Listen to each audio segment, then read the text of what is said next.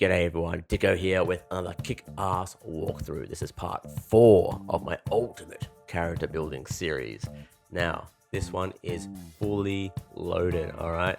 This is going to cover a lot of stuff. Now, I know in the previous video, I mentioned the possibility of breaking up some of this content into smaller chunks, but from what I gather, you guys actually prefer it when I do everything at once, at one hit, and just blaze right through it. Now, that's what I'm going to do today. I'm going to talk about how to sculpt the entire body in 45 minutes. So that means the torso, the legs, the arms, the feet, and the hands all in one session, so you can get started on creating your very own characters and get as much information in as little time as possible.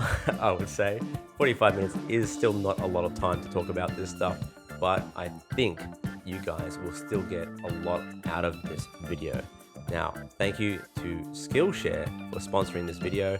Let's jump right in and get started from where we left off in the previous video. Okay, so to get started, we're going to need to bring back the body components of our block out. So just unhide those from your collections if you've got it all organized. And what we're going to do is merge them together into one single piece of geometry. And in order to do that, all we need to do is select everything and push Ctrl J. And that will allow us to use the remesh modifier and basically combine this entire mesh into one giant blob.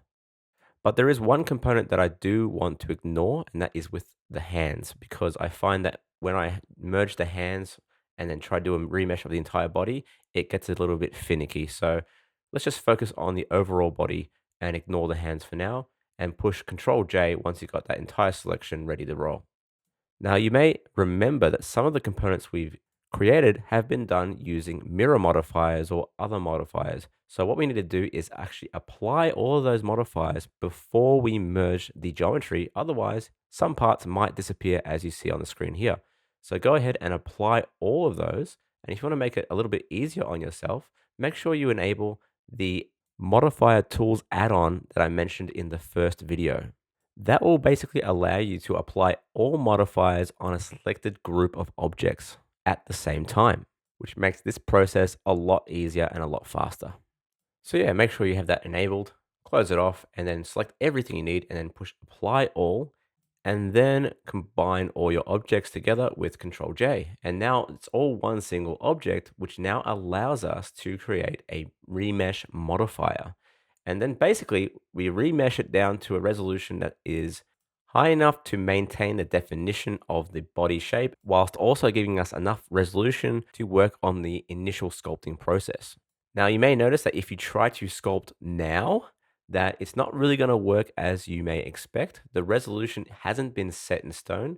What happens is that if you don't apply the remesh modifier after the fact, you are basically sculpting on the initial geometry of the object. So basically what that means is that you're working with a really low poly count, and then it's actually processing the remesh modifier on top of those changes. So basically the remesh modifier isn't doing anything at all. So now might be the right time to first, one, back up your file before you apply the remesh modifier, or create a copy of this mesh. So if you have to go back to the blockout phase, you at least have something that hasn't been completely remeshed to work with.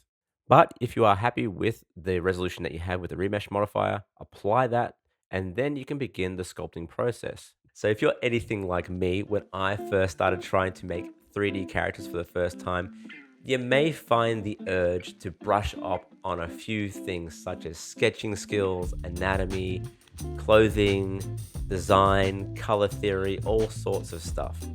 Now, when I first started trying to find these sort of things, it was quite difficult to find quality, easy to understand, reliable information on all of these topics.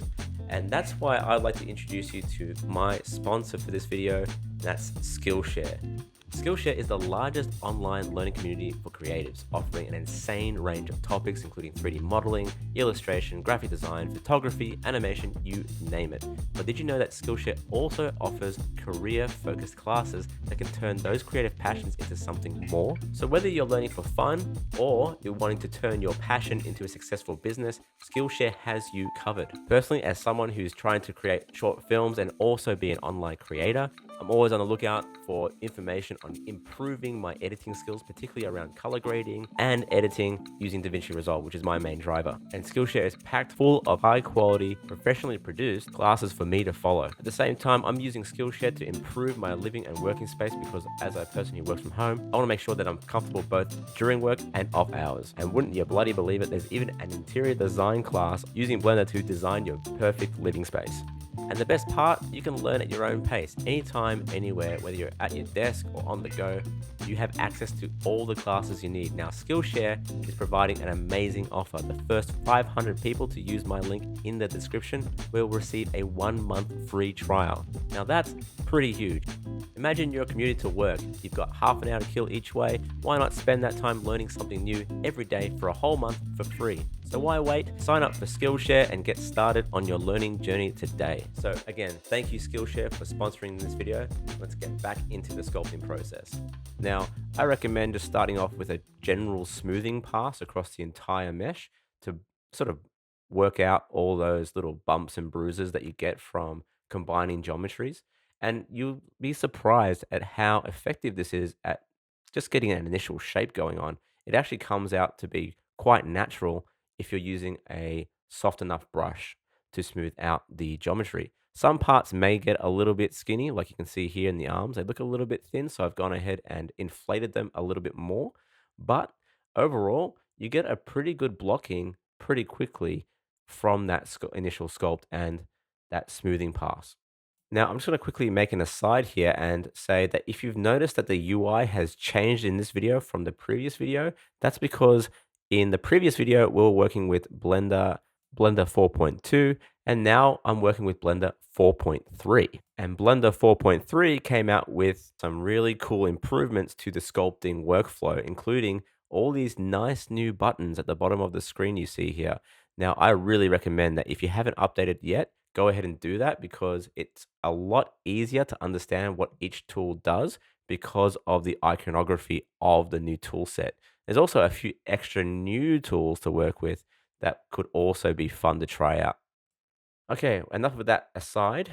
What I'm doing at the moment is basically trying to match my overall body shape to my reference. So I'm always trying to keep that in mind. You will notice that I do stray here and there as I start to sort of wrangle between what I see as being realistic on the screen and being true to my reference. And sometimes I have to go back and, you know, bring it back to my reference in mind.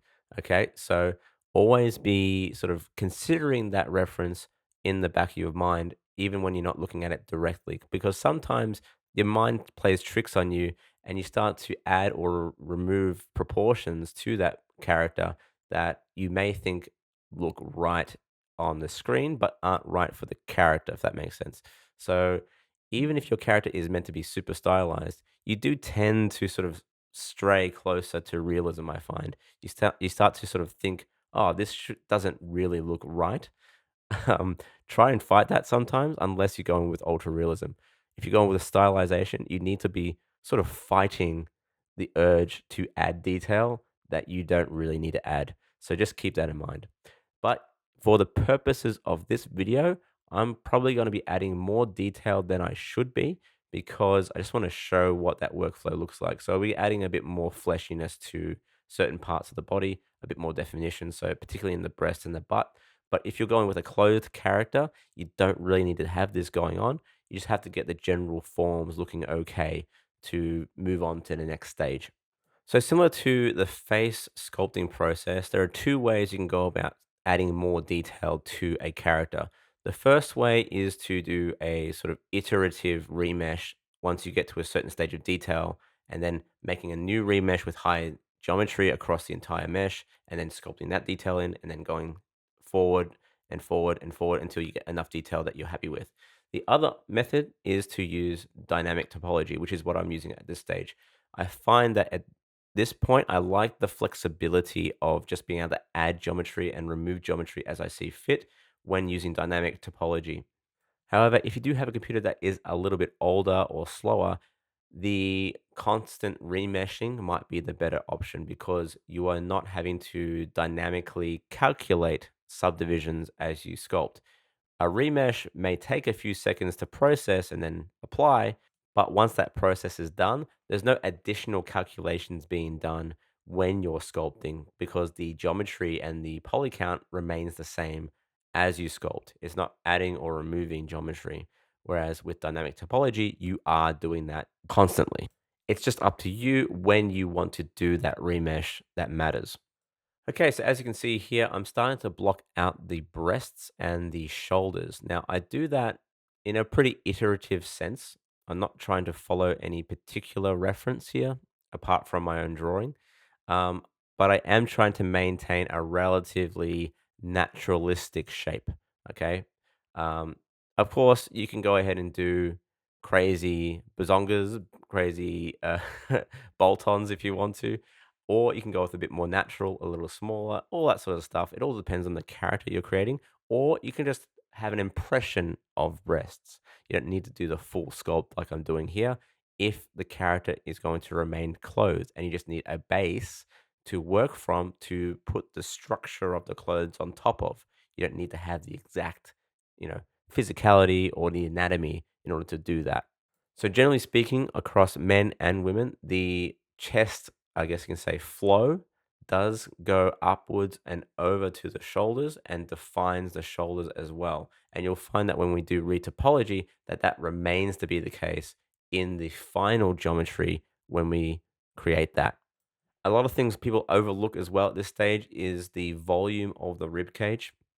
You want to be mindful that if you are going for a relatively stylistic but also realistic sort of shape to the body, that those masses do exist even in a stylized character. So defining that rib cage a little bit, especially in characters that are a bit more athletic, then it's probably a good idea to define that as early as possible. And that also leads inwards or backwards into the back muscles as well. So these natural flows that you can work with in order to sort of quickly block out those defined regions of the body. This is where having a reference separate to your drawing may come in handy, especially if you need to add that in where it's not present in your reference. Now, again, if you're going with ultra stylization here and your reference is ultra stylized, then this may not be necessary for your character. Other things to consider are the way that the clothes are actually going to sit on the character and whether the character's clothes affect the underlying body. So the way it pushes and pulls the skin or the flesh or whatever like that. So a good example of this would be, for instance, that if a character is wearing a push-up bra, you may need to reflect that in the base sculpt of the body, especially if you plan on showing that skin. And the same thing applies in the opposite fashion. So if a character isn't wearing any sort of underlying clothing, like a bra or anything that is actually affecting the skin, then a more naturalistic position or more naturalistic default sculpt would be more applicable for your design. But again, let me reiterate, this is all dependent on the level of detail you actually need for the character. So again, if your character, for instance, is a blobby Muppet, then you don't need to worry about this at all. Okay. So you will see as I'm sculpting this, I'm kind of working my way down. So from the neck down. So I started with the neck, then I did the clavicles, then I did the breasts and the back, and now I'm doing the abdomen and then working my way down to the legs. Now, this is just a method that I just tend to do, not by any means the way to do things. A lot of people do it on a more holistic approach where they kind of attack everything at the same time, then iterate on that and then refine the whole thing step by step.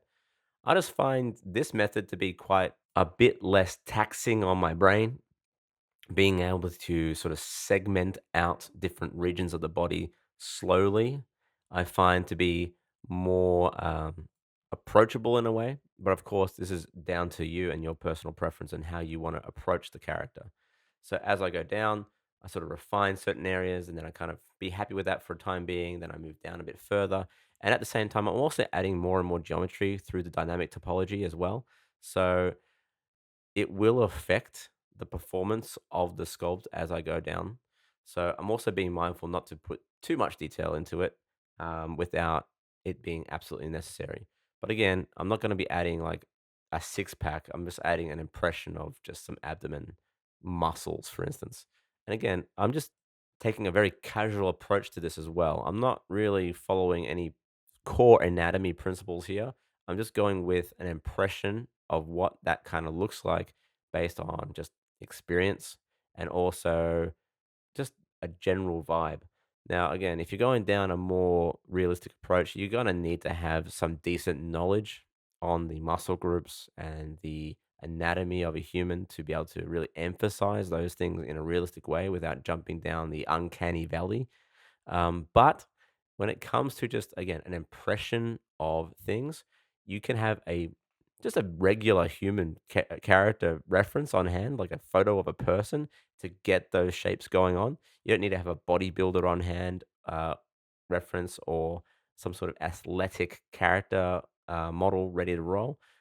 You can just use a basic person reference of a stock photo website to get those shapes looking okay. However, if you really do want to dive down that sort of rabbit hole of ultra realism and understanding every little nook and cranny of the human body, I recommend a book called Anatomy for Sculptors. And they have either a series of books or you can buy a sort of compilation of different tips from this collection. And they're all really well made. They have really great descriptions, really great references in the images, and it shows the flow in which you should even move the brushes around the sort of regions of the face. That breaks it down into little chunks so it's easy to understand. It's not so much a topology book, but it does have topology overlays that aren't necessarily animation friendly, but they are a good way of understanding the flow of a face and which regions connect to other regions and all that sort of stuff. So again, Anatomy for Sculptors, check it out. You can get it off any decent book website, or you can get directly from their own publishing website. So moving down to the legs, again, they're pretty straightforward, unless again you're going down the super realistic route. They're just tubes with a little bit of definition here and there. And again, if you're going down a more stylized approach, you may want to define areas in a more stronger way. So, for instance, one of the clear ways you can sort of make things look more stylized in a more of a sort of superhero cartoon way is to sharpen up those knees and sharpen up those details like I'm doing here. Give it a little bit more definition, but without really adding the muscle groups. It just gives the model a stronger silhouette that is conducive to stronger characters. Now, as I work down the leg, I will get to the feet, and you will find that I spend a lot of time on the feet, more than what you'd expect in a video like this. Now, the reason for that is basically because I'm not very good at doing them. Okay. And it only started to really sort of coalesce into an actual foot once I actually looked up some decent reference. So I do recommend that you take a moment to find some decent reference on just the anatomy of a foot. The problem is that feet are quite varied. Okay. They're quite varied between men and women. They're quite varied between person to person, and they can look dainty, they can look fat, they can look chunky, they can look baby like. It really depends on the kind of character you're going for. So you really need to put that into perspective, especially if your character is going to be showing their feet in the 3D render. That is surprisingly important. Okay. Um, because the shape of the foot actually does infer the kind of way that a character stands and the way they present themselves and move and, you know, present their personality in a weird way because they're balancing on those things, right? Okay. So if you have big, heavy feet, the character is going to feel big and heavy. If a character is dainty and small, and you want them to have a bit of lightness to them, you need to reflect that into the silhouette and the shape of the foot. Now, of course, I would say to you, if you are not actually going to be showing the feet in your final 3D model, skip this part of the video and worry about learning how to do feet later, okay? If you're putting a bunch of chunky boots on those characters, just ignore this process. just ignore it and just go with nubs. All right, just go with those fucking nubs and live with it. Don't worry about putting this kind of detail into it. I'm literally just showing you the process of me sculpting out these feet for your benefit. And if you plan on showing them, okay, if you're not going to show them, don't do this. It's a waste of time. Okay, you may be surprised that I'm not actually going to clip out any parts of this process, even if it does look like I'm struggling a little bit, because it's actually an honest reflection of how long it took me to make this thing. Now, the overall sculpt that I did in this video has been sped up by about a factor of two. So the actual length of me going from my initial blocking geometry to the final output you'll see in this video is about 1.5 hours to 1 hour and 45 minutes. So I did spend a good probably half an hour on just the feet alone out of that entire process. And this is including the hands, mind you. The hands, you'd be surprised, are actually not too difficult to do. So there are some general regions that I try to at least block out and emphasize as early as possible when creating the feet. One is the heel and the arch. One is the big toe and the sort of the knuckle that sits on the edge of the toe, on the big toe. And then generally speaking, the shape of the toes from the front, so the curvature of the toes. Now, the reason I do that is because toes or feet generally aren't just flat planes at the front; they do curve. um, so nailing that down as early as possible is pretty important if you're trying to achieve a certain silhouette, especially if you're going for something a bit more dainty. Now, you may notice that I'm not separating out the toes in this case because, again, in this case, I felt it was good enough to just get an impression of toes. Um, if you plan on animating individual toes for a character for some reason, then you may need to separate them out. But even then, I would say, even in a sculpt like this, you can sculpt it out with it all connected, and then when you're doing retopology and you get to the point of creating the toes, that you just create the geometry with the separation in mind. It does, reduce your ability to use shrink wrap modifiers and stuff like that for that region, but you at least have that initial sculpt without going too far down the rabbit hole of having to sculpt out individual pieces. The other thing to be mindful of is that toes are longer than you think. Okay, they aren't just little nubs on the edge of your foot. They actually have knuckles and they extend quite a bit into your foot as well. Um, that's one thing I think a lot of people overlook is that they aren't just little balls that sit on the edge of your foot. They actually have a lot of structure involved in them. So they have knuckles and they have nails and they have little fleshy bits on the bottom, just like hands do. They're just structured a slightly different. But as you can see here, I have iterated several times. I've had to remove detail and then bring it back because I felt like I was going too far too early. So you want to start from a general silhouette sort of position, work in those primary forms, and then work on your secondary forms and then the tertiary forms after that. You don't want to go too deep into creating all the wrinkles and the nails and all sort of stuff if you don't have that initial shape down properly from the early onset of creating the feet. Other things to consider when creating the feet is just the overall shape in terms of like the severity of the arch of the foot going up to the ankle on the top of the foot. That bridge of the foot, I guess you can say that on the top of the foot can be quite angular or it can be quite flat. It really depends on the style of your character. So a good example of just a tube sticking out from a leg would be DD from Dexter's Lab. I'll chuck a example up on the screen here of that, what that looks like. They're literally like tubes with little nubs on them. That's ultra stylization. Whereas if you want to go with something a bit more dainty, I'd say it's something similar to a Bruce Timm style female character for Batman, for instance, would be another good example of a strong silhouette that is relatively dainty but low detail.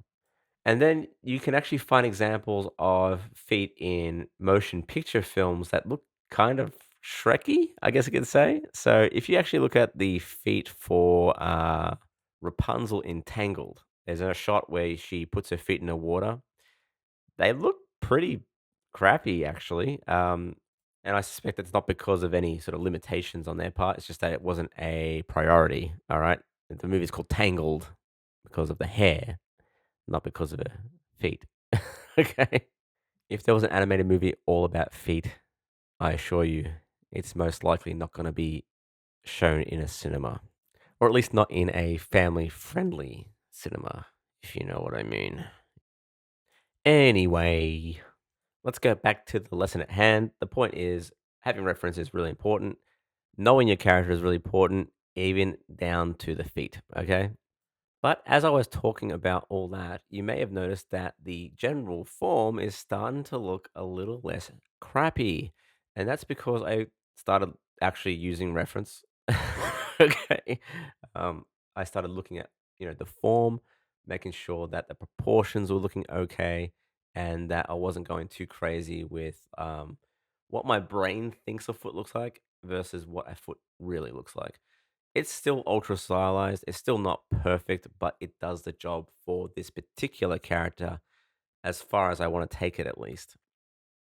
And that's where I can take a little sigh of relief and just start to add those little details that I don't really need to add, but I'm going to add anyway. So, stuff like the nails, some little bit more detail on the knuckles, and just making sure that the general sort of flow of a foot is correct. So, for instance, like when you look at a foot from the front, there's like a planar line that goes from the big toe to the little toe, sort of slight diagonal downwards, outwards to the foot. Those are the sort of things that help sort of give it a sense of structure. Other things to be mindful of are the tendons that actually run up. Are they tendons? I think they are tendons that run up from the top of the toes up to the top of the foot.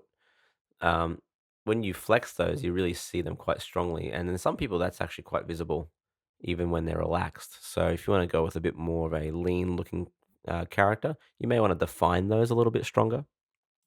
And if you're looking at this thinking, man, his feet still look pretty fucking mangled, let me tell you, all right? I've seen some pretty bad looking feet around here, all right? I used to work in a retail shop selling shoes, and let me tell you, mate, there's some pretty fucked up feet out there. You got like cankly people where like they literally have no fucking ankles. They just kind of have tubes that turn into feet. You have I don't know, people who've just worn small shoes all their life and they just completely fuck their feet up. Ballerina feet, again, they're a good example of just feet that are mangled. What else is there? Diabetic feet. Don't want to be helping out someone trying to sell them shoes when they have diabetic feet, let me tell you. It's not a good experience. Don't do retail. The retail shop don't work in a retail shop selling shoes. It's pretty bad, okay? Just don't do it. Anyway, let's move on. We're almost done here. I'm happy with the approach here. And also make sure you define that sort of connection between the ankles and the feet as well. That helps to keep the structure looking nice and the flow working quite nicely. Yeah, that helps out too. Okay, so I've crossed over the halfway point of this entire process, and now we're ready to start working on the arms and the hands. Now, you would be surprised that the arms and the hands aren't as daunting as the legs and the feet in a weird way. Um, and the reason for that is that one, fingers are a lot more better defined. They can be separated. Um, and the regions of a hand are actually much more easier to define as well because you got the the thumb pad, you got the palm, you've got an area around the pinky, the fleshy parts around the base of the pinky, and then you have the fingers themselves, and they all have well defined proportions, well documented proportions as well. So it makes it a lot easier, one, to find reference, and two, to actually block that shit out quickly. But we are starting with the arms to start off with. Again, I'm not going to define muscle groups all that much throughout the arms. This is still a stylized character, but there is one region that I always try to define relatively well in my characters, and that is the intersection between the arms and the shoulders. And it's particularly around the shoulder cap, because even if I'm not going to define that very much in the final retopology, it gives me a good impression in the sculpt of where to guide my edge flow around the shoulders to intersect with the bicep. So even if they're not going to be as ripped in, not going to have fully capped shoulders in the final character, I do like to define those a little bit stronger in the sculpt versus the final output. And you will see that when I do the retopology. The other thing to be mindful of is just the general proportions of the forearm to the bicep region of the arm. So keep that in mind as well. Make sure you're not making one too long or too short. So as you can see here, now I'm sort of extracting out the hand.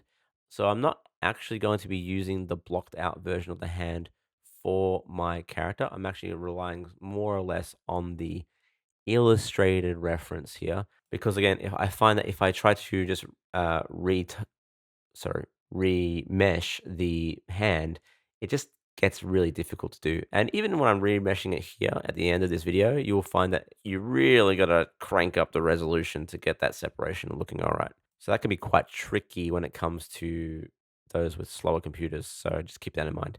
So what I'm doing to initially block out the hand is that I'm not even touching the fingers or the thumb. I'm literally just blocking out the overall volume of the palm because that will help me define the thumbs and the fingers and give me the right kind of volume to work with. Now, the thing about hands is that they aren't just flat planes, they aren't just like sort of fleshy masses, they have structure to them. So, blocking out from that initial palm structure is going to make creating the hands a lot easier. And as you can see here, just extruding out the thumb with dynamic topology becomes a lot easier when you block out those initial masses. Now, what I'm doing here is that I'm using the pose brush tool, similar to how I used it with the ears in the previous video to sort of push out that thumb away from the rest of the structure of the hand. Now, again, just like the ears, I am going to use a mask to help me do that a little bit easier because you are going to be prone to completely sort of dislodging the thumb from the hand if you don't do that. Now, another tool to check out is just using the transform tools in sculpt mode, and I find them to be really useful. So if you want to move the widget around, just use the 3D cursor shortcut to do that. So that would be shift right click to choose where that cursor sits on the mesh. All right, once you're happy with that, you may find that the thumb looks a little bit thin, so you may need to inflate that a little bit to give it a little bit more mass, and just do that very gently. You don't want to go too crazy with that. Just give it a little bit more mass and then sort of smooth it out again. So just again, it's a push and pull, literally a push and pull process of just getting that right shape for your character. Now, some characters are going to have very chunky hands, others are going to be very dainty. Similar to feet, they are very individual. One of the most unique things about a person is the hands. Some hands look really long, some look really stubby. Same with the fingers, same with the nails. So those are the sort of things that help give a character its character, all right, and defines a silhouette, especially on very big, bulky characters. Okay. Another thing to be mindful of is that if you're using your own hand as reference, your hand is also unique to yourself. Okay, and especially if you're going to be using your hand as a reference for a character of the opposite sex, you will be surprised at how friggin' different they really are. Okay. Anyway, I digress. Now let's work on the actual fingers. So the easiest way that I find of being able to do fingers is by using masks or face sets. Then once you've done the mask, invert it, and then you can use the transform tool, just literally rip out fingers from the mesh, so you can actually generate fingers quite quickly. Once you've done that, you need to actually generate a bit more geometry to allow yourself to sculpt them, but that's pretty easy done with a dynamic topology. Now you'll see here that even though I've extruded out the fingers, that the webbing, I guess you can say, that comes out from that is naturally occurring because of the mask being softer than I would have should have done it. Um, so you will need to manually separate those fingers sometimes. Or if you're a more patient man than I have been with these fingers, you can extrude out the fingers individually. So create a single mask for one finger, pull it out, reset the mask, make another mask, pull it out, etc., for all four fingers, and then you'll have a well-defined extrusion, put it that way. Unless you really well define your masks. If you use a sharper brush, you might not encounter this issue that I've got here. So another thing to be mindful of is that if this does happen, you do probably need to increase the geometry count on the fingers. So using dynamic topology or maybe doing a full remesh may be the case. if your fingers are straight like the ones like you see here, doing a remesh is going to be really difficult. So if you want to do a remesh, you may need to splay out the fingers a little bit so they don't become a giant blobby mass that you can't create definition for. But overall, you can see already that even though I have these issues as I'm sculpting it, it's still a lot easier than doing the feet. All right, let me tell you. So, other things to be mindful of course, while doing these hands is that you want to keep your reference in mind. So, even if you don't have a direct reference of the hand shape, now sometimes when you get a character model sheet, someone will be gracious enough to have also included a close up reference of the hands because, again, they're so important to a character. Sometimes they actually do need to have well defined hand designs. I know, weird, right? But it's really useful. Okay. Other things to be mindful of is that this is something that I tend to do a lot when I'm doing hands, is that I tend to make the top portion of the palm way too long. So, yeah, again, look at your reference and you may need to squish that back down a little bit to make it proportionally look correct. Again, some people have long palms, but they aren't going to be as long as the ones that I tend to do. So, those are my habits. You will form your own bad habits when you're doing this over time, okay? But as long as you're aware of them and you know how to combat them, then you're not going to really be facing many issues, put it that way. Other regions that are often overlooked by people who are sculpting hands for the first time is the palm. The palm has a lot of fleshy structures and flows and all that sort of good stuff. So you want to be mindful of that. As you can see here, right now, I am actually working on the palm and I'm shrinking it, as I mentioned. Bad habit.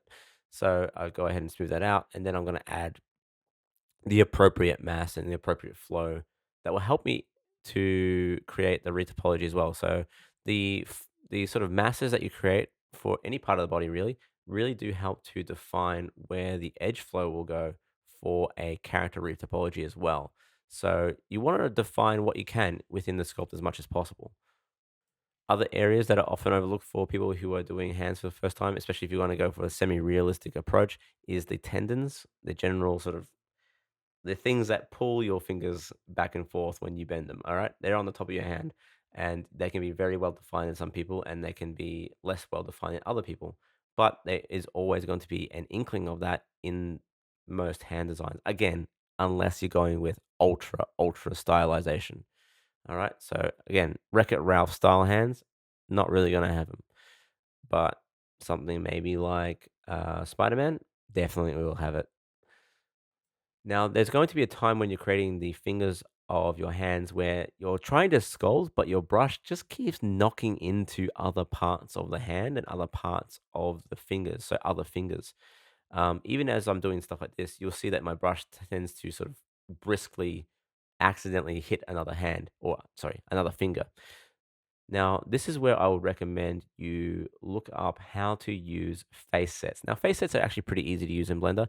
They're basically like dynamic masks that you can have on multiple parts of the body. So instead of just having one mask at a time, you can have as many as you like.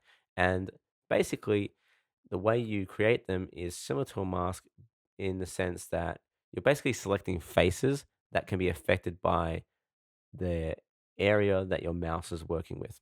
I know it's kind of weird to point to describe, but basically you can paint in regions that can only be affected by that region, so by the brush. So I'm going to touch on it a little bit in this video here in a few seconds once I've sort of smoothed out these knuckles. You can see here that in order to smooth out the knuckles, again, I want to define the regions of the fingers. And I can do that either with a box selection or I can just paint them in. Um, and once I enable using the face sets as a mask, you'll see that I'm no longer really affecting the other fingers as much. And this is a absolute lifesaver, especially if you're planning on separating the fingers out at this stage or splaying them out a little bit by being able to sort of smooth things out individually or affect the fingers individually, you just basically make less mistakes, put it that way. So again, just if you're not quite sure how I'm doing the face sets here, I highly recommend just looking at a dedicated video on how face sets work, because they really do help out in this case. Now, if you get to a point where you're actually happy with the overall detail of the fingers, you can start to add in other details like fingernails or folds or sort of wrinkles on the top of your knuckles, that sort of stuff. I'm just going to do a little example here with just one finger. Okay. So, one of the things I notice about people who do fingernails for the first time, or even when I do them really, is that fingernails aren't as long as you think when naturally applied, especially on men. They're a bit more stubbier than female ones. The other thing is that they are rounded on fingers at the tip and relatively flat at the base of the fingernail, but it's the opposite with toenails. With toenails, they are flatter at the front and tend to be a little bit more rounded at the base. So again, keep that in mind. It's a weird little observation I make when doing these sort of details. I tend not to do them as much in the sculpt. I tend to rely more on texturing for details such as this, but that's because I tend to do a lot more stylized characters. Again, but if you're going with a really chunky character with really chunky details, you may want to sculpt in chunky fingernails. All right. Again, it's all subjective. It's all on the whether or not it helps enhance the character design or does it detract from the character design that you're working on. So as we round out this sculpting process, we're pretty much done. All right. We're almost done. The only thing left to do really is just, do some refinements here and there, clean up some masses. And, for instance, I'm sort of using the wrinkles of the palm to sort of define the regions of the bottom of the palm and then smoothing that out to just get the right volume there. But it's such a small part of the design overall. I mean, it's one of those things that you're probably not really going to see in an animation unless you have an actual close up of a hand in the middle of the camera holding something, or even just like looking a character looking at their own hand. It's unlikely you're going to see the palm. But once you get to that stage where we're happy with it, we need to think about how we are going to reattach the head to the rest of the body. Now, this is optional. I'm going to say this is optional if you're doing it for a personal project and you're just going to go straight into retopology. But if you're going to present this to someone and you need to have an actual solid piece to work with, then you will probably need to merge the two together. Now, the only way that I can think about doing this is basically by doing a ultra high resolution remesh. Now, for those with a slower computer, this will probably crash your machine. All right. So consider this to be an optional thing to do. All right. If you want to have the perfect sculpt and you want to be able to just do a retopology without worrying about any bumps or bruises getting in the way, then I'm going to show you how to do it. All right. So in this case, I'm just going to keep the sculpt what I had from my head the same as what it was. I was going to cut off the neck, but I decided not to do it. And basically going to join the two geometries together with Control J, and then just pull that detail down, down, down, down. And my general sort of point of reference is whether or not the fingers are separated. All right. If they're not separated, then there's not enough geometry. All right. If they do separate and it gets to a point where they're just about right, just enough, generally speaking, you're going to maintain the detail in the face, I reckon. Okay. Especially if the character scale is 1-to-1 to real world scale. Once you've done that, apply it and then smooth out any connection points in the neck. So you can see here in the neck and the spine, the neck of the head is a little bit different to the actual sculpt I did of the body. So I'll go ahead and smooth that out. And then I sort of bring back some details that I think I need to have in the character when it comes to retopology. But once you've done that, you're pretty much done. You can be happy. You can give yourself a big sigh of relief. Ah, we're all done with the sculpt. What a painful task. If you've been doing this for the first time, good job. You did it. You got this far. You got a character body done. Be proud. Be happy. You did it. You got this far. And now we can move on to retopology. Okay. Now that, for some people, is really going to rip some hairs out of their skull. You may need a little bit of Rogaine after this to bring that hair back, but it's okay. You'll get through it. It's going to be okay, especially with me talking my way through it in the next video. All right. But if you got to this far, give yourself a pat on the back. Be proud. Be happy, even if it's not as perfect as you think you may have gotten it to. You got to this stage, and now you can move on. We did it. Good job. All right. But what you can do at this stage, you can add a few little details in here. Do not use dynamic topology at this stage. It will probably shit the bed. Blender will shit the bed. Adding a belly button, you can do that. Or you can, smooth out a few things here and there. But otherwise, you're done. All right. So let's see what we have out of all of this. Now, I'm pretty happy with this result. Everything's well defined. We have a nicely sculpted up face. We have a full body. We have 2 hands, 2 feet with 10 fingers and 10 toes.